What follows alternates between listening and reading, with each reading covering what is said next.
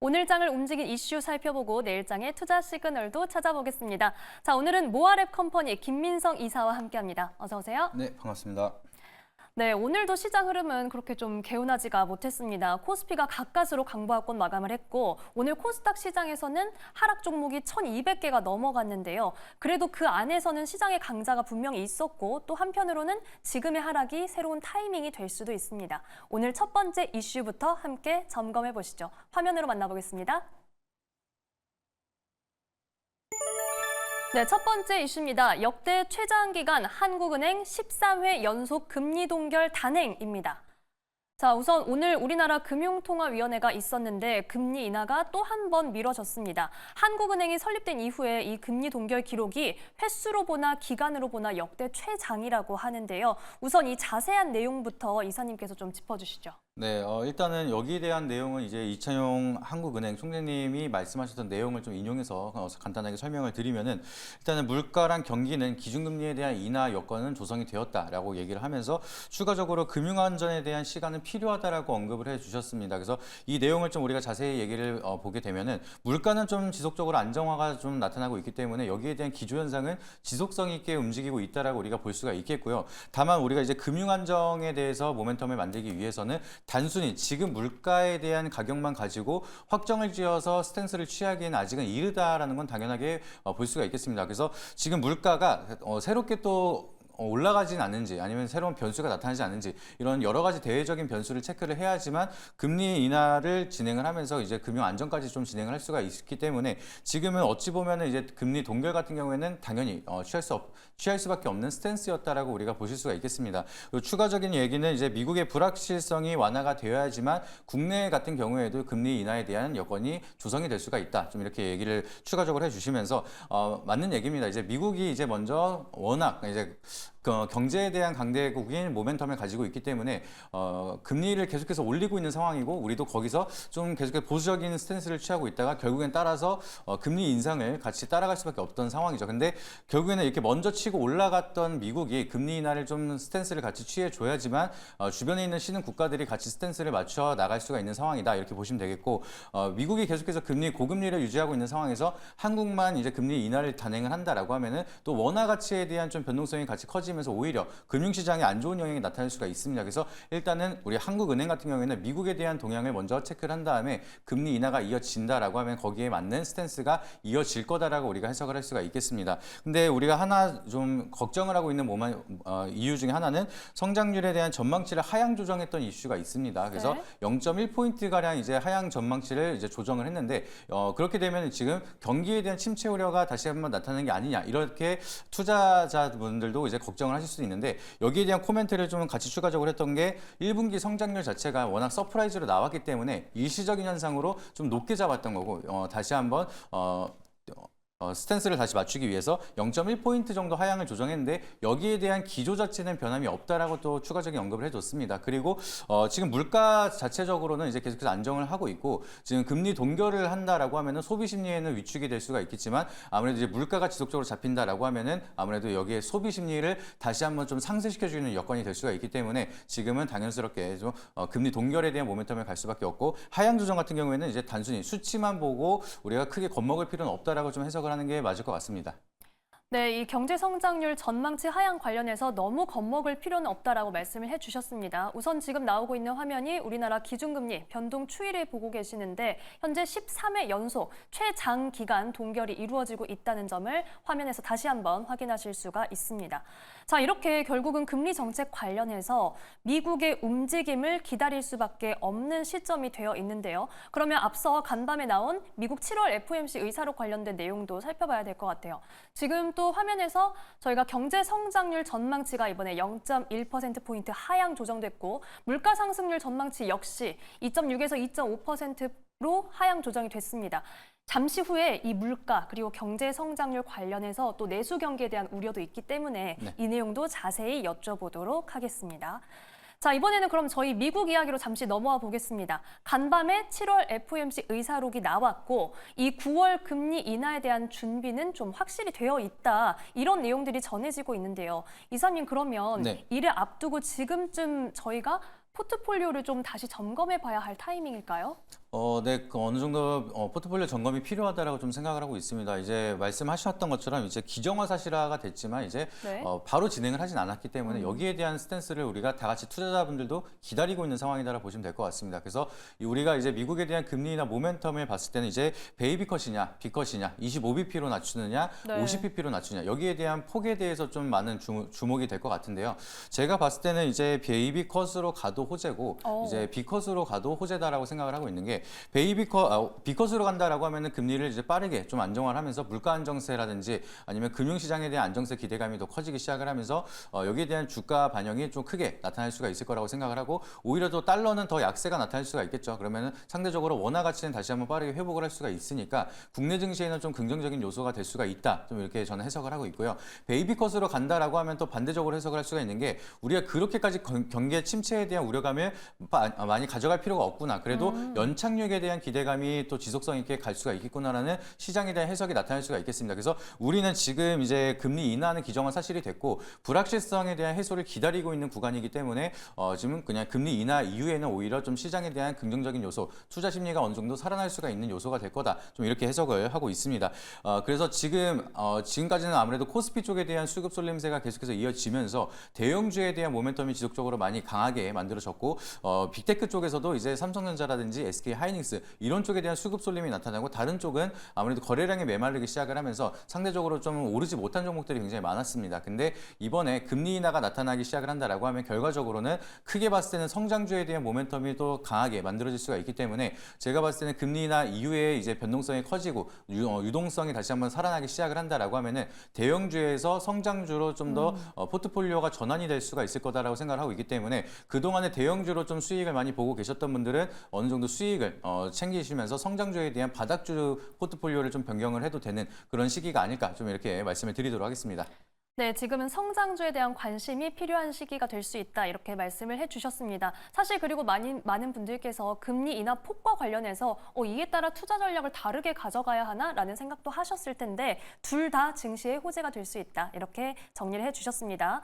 자, 이번엔 다시 우리나라 이야기로 좀 돌아와 볼게요. 한국은행이 올해 경제 성장률 전망치를 0.1%포인트 낮췄다라는 소식을 저희가 앞서 살펴봤는데 결국은 이에 대해서 내수 경기 회복세가 조금 더디다라는 점을 지적을 했더라고요. 네. 그러면 저희가 앞으로 내수 소비, 유통이나 이런 관련주들의 움직임도 한동안은 계속 더디게 갈까요? 아니요. 저 같은 경우에는 그래도 나쁘지 않을 거라고 좀 생각을 하고 있습니다. 네. 이게 아까도 이제 총재님께서 말씀을 하셨던 게 이제 1분기에 대한 서프라이즈 때문에 하향 조정을 좀 일시적으로 한 거지 여기에 대한 기조 현상은 그래도 크게 큰 틀에서 벗어나지 않았다라고 좀 부가적인 설명을 해줬고요. 그리고 이제 민간 소비 같은 경우에도 일시적으로 아무래도 원자재 가격이라든지 물가 자체가 급등을 하다 보니까 약간 위축되는 흐름들은 있지만 우리가 이제 물가가 지속적으로 하향이 나타난다라고 하면은 다시 한번 소비에 대한 심리는 다시 충분히 상승이 나타날 수가 있다고 생각을 하고 있습니다. 그리고 반대로 물가 상승률도 마찬가지로 0.1포인트를 낮췄기 때문에 물가는 충분히 잘 잡아가고 있다는 걸 우리가 볼 수가 있어서 금융시장에 대한 안정화보다 이제 물가가 더 먼저 잡히고 있어서 소비 심리에 대한 좀 기대감이 다시 한번 나타날 수가 있다. 저는 이렇게 또 해석을 하고 있습니다. 그리고 이제 추가적으로 이제 물가가 잡히지 않더라도 필수 소비재 쪽으로는 계속해서 우리가 지속적인 소비를 견고하게 나타날 수밖에 없거든요. 그래서 우리가 주식에 대한 투자 포인트로 생각을 한다라고 하면은 필수 소비재에 대한 내수 판매 기업 같은 경우에는 우리가 결국에는 먹고 살아야 되면은 밥도 사야 되고 이렇게 의식주에 대해서 포함이 되어 있는 기업들은 우리가 견고한 실적으로 충성 고객들이 좀 꾸준하게 있다라고 우리가 해석을 할 수가 있기 때문에 지금처럼 좀 증시라든지 경제적으로 좀 들쑥날쑥한 시기에는 오히려 이렇게 필수 소비재 쪽으로 수급이 이어지고 안정적으로 좀 이제 실적이 받쳐주고 있는 기업들은 좀 안정적인 상승세를 기대할 수 있는 기회이기 때문에 지금 시장 자체가 전체적으로 좀 많이 조정을 받은 상황입니다. 그래서 이럴 때는 좀 많이 세일을 받은 상황에서 우리가 모아갈 수 있는 전략으로 오히려 필수 소비재 쪽에는 좀 싸게 살 수 있는 기회가 나타나지 않았을까 좀 이렇게 생각을 하고 있습니다. 네, 의식주 관련된 필수 소비재에 대해서는 긍정적으로 좀 전망을 해주셨습니다. 아무래도 오늘 나온 내용 때문에 우려감을 너무 크게 가져가시지는 않아도 된다. 좀 이렇게 정리를 할 수가 있겠네요. 자, 이번에는 그러면 금리 인하 관련된 이야기를 다시 해볼게요. 금리 인하 수혜주들이 뭐 수혜주로 분류되는 섹터가 지금까지 계속 기대감 속에서 좀 움직여오는 모습을 보였습니다. 특히 뭐 제약바이오 섹터도 강하다가 최근에는 조금 흔들리는 모습을 보이기도 하는데 네. 지금 조금 투자 전략을 다르게 짜야 할 타이밍일까요? 아니요. 근데 오히려 지금 블랙 먼데이부터 해서 블랙 프라이데이 때 박인세일장이 워낙 많이 이어졌다 보니까 네. 금리 인하 수혜주로 좀 올라갔다가도 다시 한번 조정을 받으면서 이제 가격이 다시 한번 떨어져 있는 종목들도 굉장히 많거든요. 그래서 그런 종목들은 우리가 아직까지는 홀딩을 해도 된다라고 생각을 하고 있고, 바이오 섹터를 이제 보시게 되면은 최근에 이제 우리가 어제 이제 이슈가 굉장히 크게 나타났죠. 유황양행 쪽으로 FDA 승인이 나타났는데, 승인이 나고 나서 주가에 대한 반영이 세론이 나타나기 시작을 하면서 바이오는 이제 FDA 승인이 나더라도 세론이구나, 약간 이런 심리가 나타나면서 HLB라든지 알테오젠 이런 쪽으로도 이제 세론이 같이 나타났던 모습인데, 제가 봤을 때 이거는 뭐 단기적인 좀 이벤트성 세론이다라고 좀 생각을 하고 있고, 오히려 금리 인하를 하게 된다라고 하면은 이제 제약 바이오 쪽도 그렇고요. 우리가 지금 금융권 쪽으로도 아무래도 이제 수혜를 받을 수가 있겠죠. 그래서 아직까지 제대로 된 수혜를 못 받은 산업들은 굉장히 많고요. 이제 헬스케어 쪽으로는 어느 정도 반등이 나와 있지만 추가적인 반등은 오히려 더 기대할 수 있는 구간이다, 좀 이렇게 생각을 하고 있기 때문에 지금 우리가 급하게 좀 포트폴리오를 바꿀 필요는 없다. 근데 이미 많이 떠 있는 종목들은 오히려 이제 바닥권에 있는 높이 맞추기가 나타나기 시작을 하면서 차익 매물이 나타날 수 있습니다. 그래서 그 점을 참고한다라고 하면은 뭐 신고가를 달리고 있고 금리 인하에 대한 수혜를 받고 있는 그런 대표적인 기업들이라면은 어느 정도 수익을 챙기면서 바닥권에서도 우리가 세일된 종목들, 그거를 좀 체크해보는 게 중요하다라고 생각을 하고 있고요. 이 금리 인하가 이제 끝나면 바로 세론 뉴스로 이어진다라고 생각을 하기보다는 우리가 금리 인하를 뭐 한 번에 뭐 자이언트 스텝, 자이언트 컷 뭐 이런 식으로 이제 빠르게 진행을 하는 게 아니라 단계적으로 금리 인하를 할 전망으로 나타나기 때문에 금리 인하를 시작점으로 해서 재료성이 좀 지속적으로 갈 거라고 저는 생각을 하고 있습니다. 길게는 내년 상반기까지는 계속해서 금리 인하를 지속적으로 이어질 거라고 좀 얘기를 하고 있기 때문에 그런 점을 참고하시게 된다라고 하면은 금리 인하를 한다 해서 거기에 대한 수혜주가 바로 세론이냐, 그거는 좀 너무 빠른 선택이라고 생각을 하고 있고요. 너무 오르지 않은 종목들, 그리고 오히려 바닥에 있는 종목들 우리가 매수할 수 있는 기회는 아직까지 많이 남아 있다, 이렇게 좀 보시면 좋을 것 같습니다.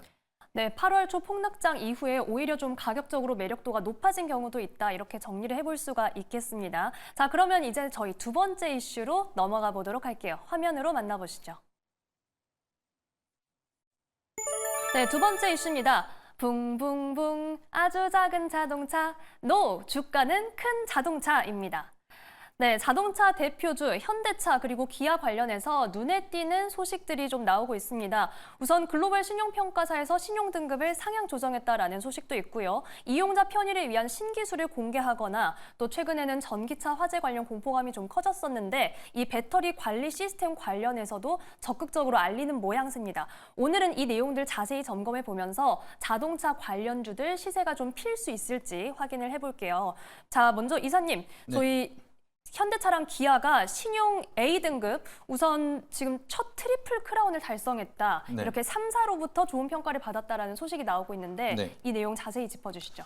네, 굉장히 좋은 소식이 한국에서 많이 나타나고 있습니다. 뭐 바이오 같은 경우는 FDA 승인이 나타나면서 한국에 대한 기술력을 알리고 있고요. 이제 자동차 쪽으로는 이제 국제 신용 평가사 무디스, 피치, S&P 3사 모두가 신용 등급을 이제 현대차랑 기아 모두 이제 트리플 B 플러스에서 A 마이너스로 이제 등급을 올렸습니다. 그래서 이게 어떤 의미냐면은 이제 도요타랑 BMW가 A 플러스 신용 등급이거든요. 그래서 A 플러스랑 A 마이너스랑은 좀 약간의 차이는 있긴 하지만 나란히 좀 이제 어깨를 나란히 할 수 있는 세계적 글로벌 기업이 되고 있다. 우리가 여기에 대한 중요한 의미를 두시는 게 좋을 것 같습니다.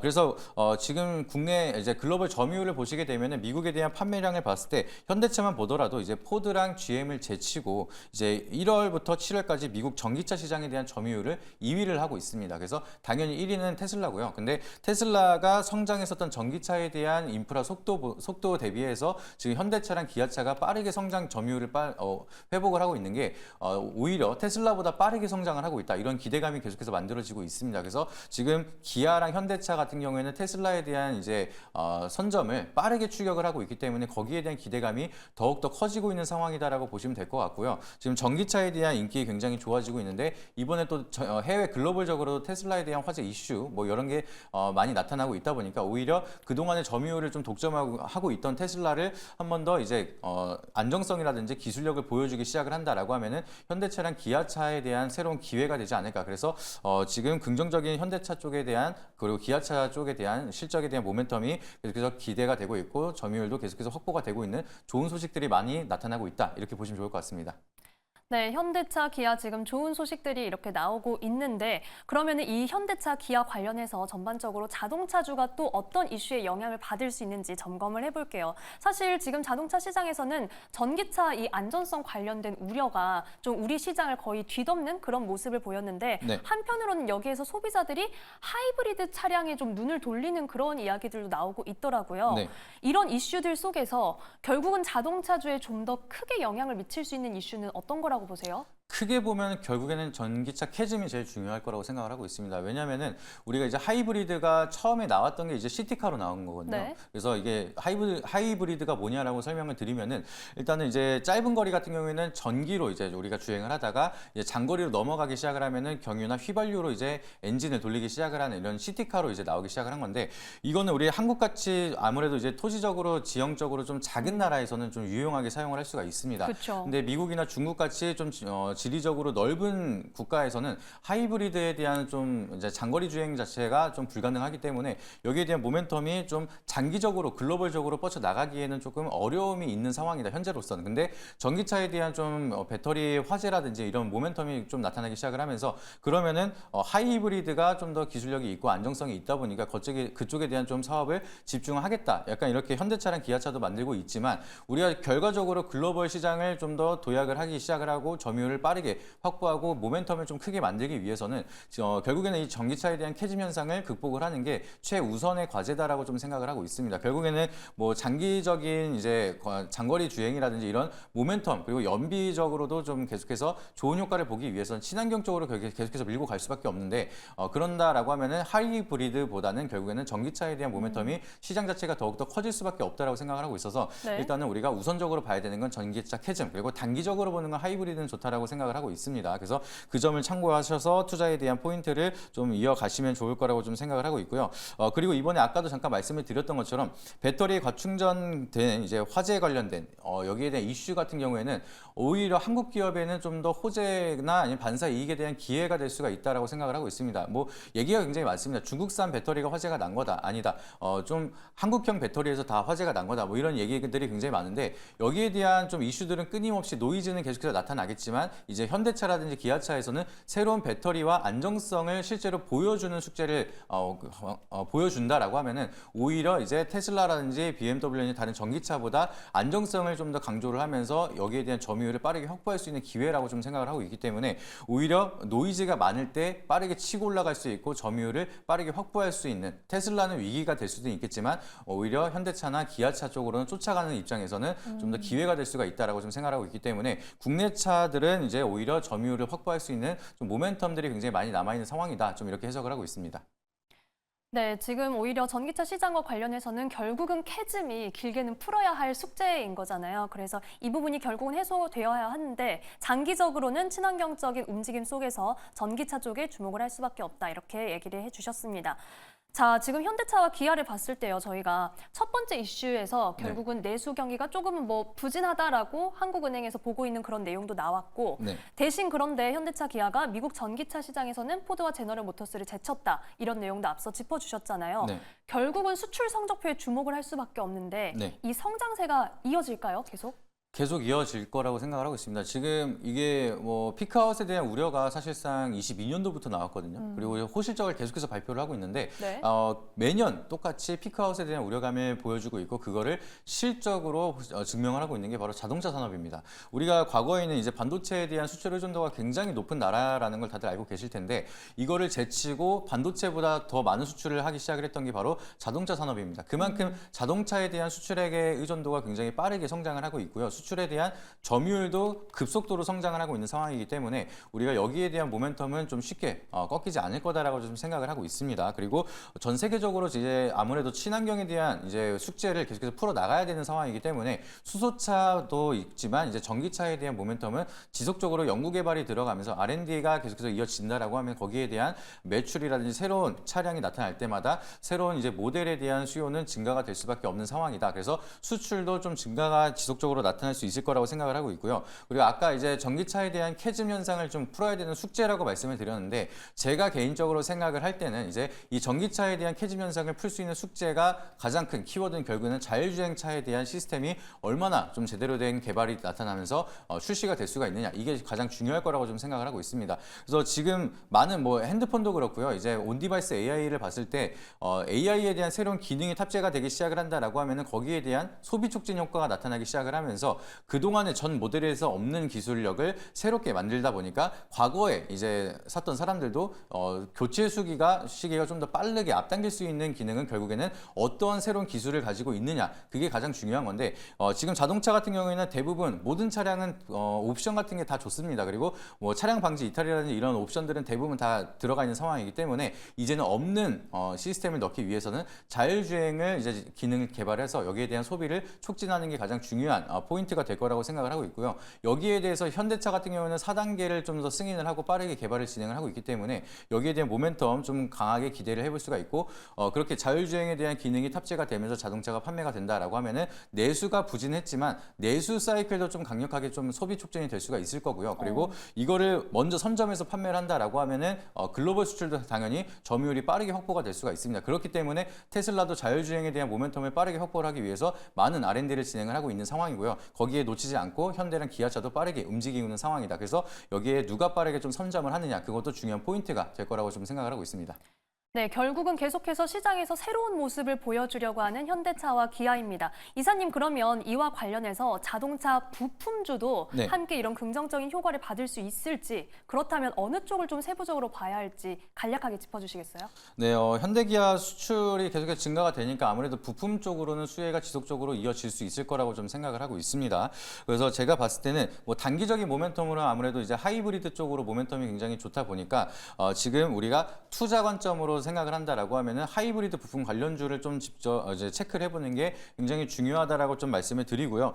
캐니스터 쪽으로 이제 개발을 하고 있는 이제 친환경에 대한 좀 매연을 잡아먹는 뭐 그런 부품을 개발하고 있는 게 바로 S&T 모티브입니다. 그래서 S&T 모티브 종목 같은 경우에도 우리가 주목을 하면서 체크를 할 필요가 있는데 차트를 한번 보여주시게 되면은 최근에 이제 하이브리드에 대한 좀 기대감이 다시 한번 만들어지기 시작을 하면서 바닥에서 좀 강하게 올라오고 있는 모습 보여주고 있습니다. 근데 큰 흐름으로 보게 되면 아직까지는 회복하기에는 등락폭이 아직 많이 남아 있는 상황이라서 현재 구간도 좀 저평가 구간으로 이제 우리가 해석을 할 수가 있기 때문에 코리아 S&T 모티브 잘못 말씀드렸네요. 하이브리드 모터 쪽을 이제 개발하는 게 S&T 모티브이기 때문에 네. 여기에 대한 모멘텀도 이제 지속적으로 우리가 체크할 필요가 있고요. 캐니스터 같은 경우에는 코리아 FT인데 이것도 지금 차트로 봤을 때는 좀 잠시만요. 늦게 쳐져가지고. 캐니스터 관련주 코리아 FT 살펴보겠습니다. 네.